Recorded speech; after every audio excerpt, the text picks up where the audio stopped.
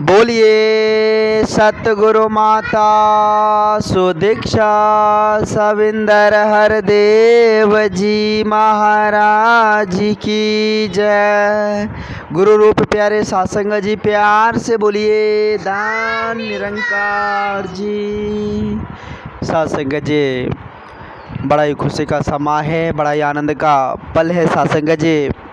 और दास आशा करता है कि आप जी सभी संत महापुरुष सतगुरु माता जी के असीम कृपा से, रहमत से, आशीर्वाद से बहुत ही अच्छे होंगे, स्वस्थ होंगे, तंदुरुस्त होंगे।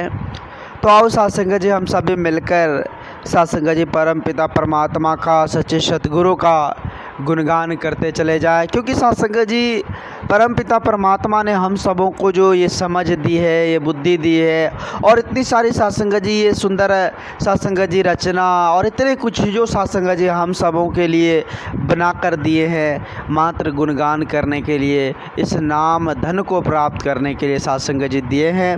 तो आओ सत्संग जी, आज वेला है समझने की, संभलने की। संत महापुरुष सदा सत्संग जी हम इंसानों को जगाने का तत्पर प्रयास करते हैं, हर संभव कोशिश करते हैं कि इंसान जाग जाए और इस परम पिता परमात्मा से रूबरू होकर सत्संग जी इसका ओट आसरा लेकर जीवन को जिए।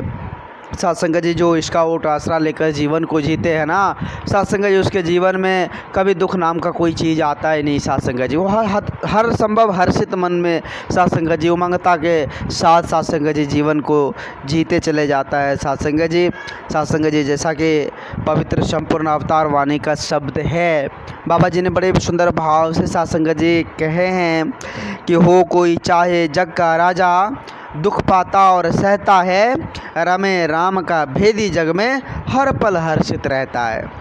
सत्संग जी जो रमे राम का भेदी है, जिन्होंने सत्संग जी इस परम पिता परमात्मा को जान लिया है, पहचान लिया है, वो सदा हर्षित रहता है। सत्संग जी चाहे उसके पास दुख आए, परेशानी आए, उलझन आए, कुछ भी क्यों ना आ जाए, सुख दुख में वो घबराते नहीं है। सत्संग जी कहते हैं ना, स्थिति हो या परिस्थिति एक सी हो मन की स्थिति सत्संग जी वो बरकरार रखते हैं और सदा इस परम पिता परमात्मा का ओट आसरा लेकर सत्संग जी कहते हैं कि जो कुछ भी हो रहा हो तो परम पिता परमात्मा की मर्जी से हो रहा है, सब कुछ करन करावन हार वही है। और सत्संग जी इसी का ओट आसरा लेकर वो जीते हैं, इसलिए हर्षित रहते हैं, इसलिए उमंग रहते हैं सत्संग जी। वैसे अगर देखें सत्संग जी आज सांसारिक तौर पर बात किया जाए तो लोग सत्संग जी लाखों दुख सहते हैं, लाखों सत्संग जी परेशानी, बोझ, उलझन, इसके सत्संग जी बोझ से जो है वो दबे रहते हैं और सत्संग जी वो मतलब अपने आप को बेचैन रखते हैं। सत्संग जी संत महापुरुष कहते हैं कि ये कुछ भी काम देने वाली नहीं है।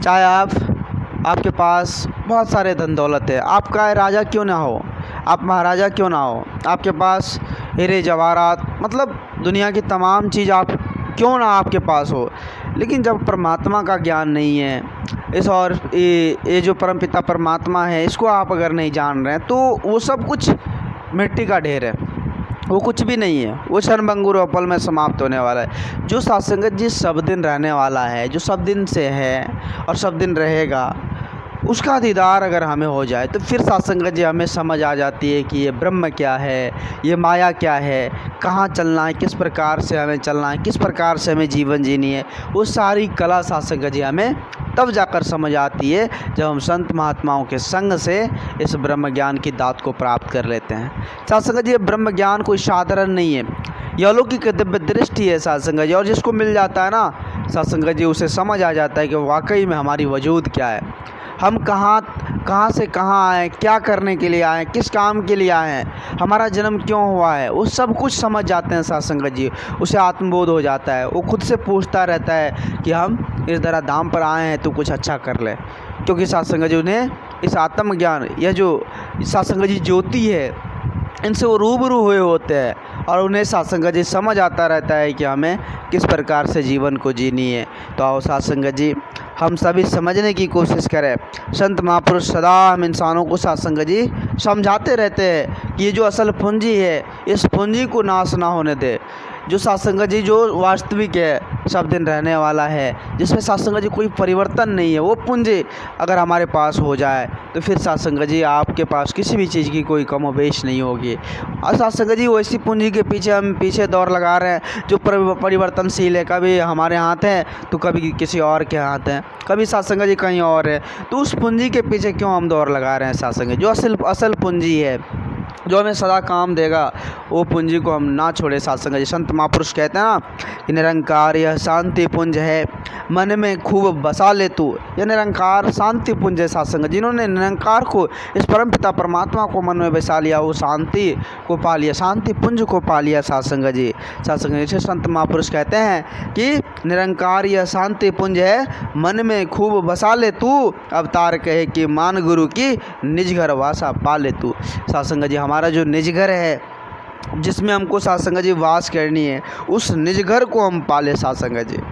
सत्संग जी वैसे आज अगर सांसारिक तौर पर देखा जाए तो लोग सत्संग जी इसी घर को हकीकत समझ ले। ये घर तो सत्संग जी ऐसा विचार करके देखिए कि हम सत्संग जी जहाँ जिस घर में रह रहे हैं, क्या सत्संग जी उस घर में हमारे परदादा तो रह रहे हैं, हमारे दादाजी रह रहे थे, सत्संग जी उसके भी पिताजी रह रहे थे। मतलब कोई सत्संग जी अभी है जो हमसे मिल पाए? नहीं सत्संग जी।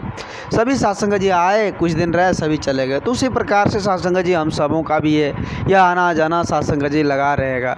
तो ये सत्संग जी घर किसी का नहीं है, ये घर किसी का नहीं है। सत्संग जी एक मुसाफिर खाना होता है ना, जैसे सत्संग जी कोई जो कहीं चल रहा है, यात्रा कर रहा है और उसे विश्राम करने के लिए कहीं सत्संग जी एक सत्संग जी घर हो, तो उसी प्रकार से ये सत्संग जी मुसाफिर खाना है और हम सभी मुसाफिर है सत्संग जी।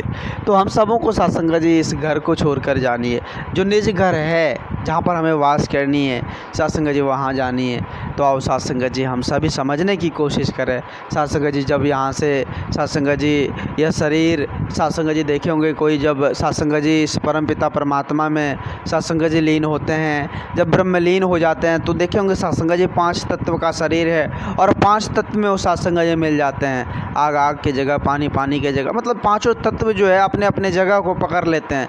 लेकिन छठा वो आत्मा, जिनको सत्संग जी अपना घर जाना है, जिनको सत्संग जी उनको अपना निज घर जाना है, वो सत्संग जी अकेला ही रहता है, अकेला ही जाता है।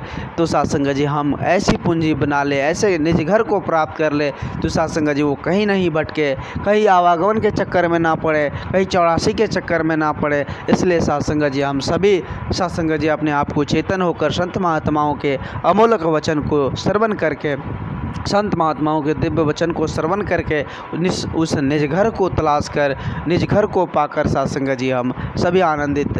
तो आओ आज हम प्रेम एकत्र मिलवर्तन के साथ जीवन को जिए, सभी के साथ सत्संग जी गले से गले लगा कर जिए, ताकि सत्संग जी हमारा लोक भी सुखी और परलोक भी सुहेला हो जाए। दास अधिक शब्दों का सहारा न लेते हुए दास आप जी के श्री चरणों में क्षमा चाहेगा। दास को माफ़ करना, अपने श्री चरणों से जोड़े रखना। दास को इतनी बोलने की हुनर नहीं जो आप जी ऐसे महान दिव्य संतों के आगे कुछ बोल पाएँ। दास को माफ़ करते हुए अपने श्री चरणों से जोड़े रखना। प्यार से बोलिए धन्यवाद।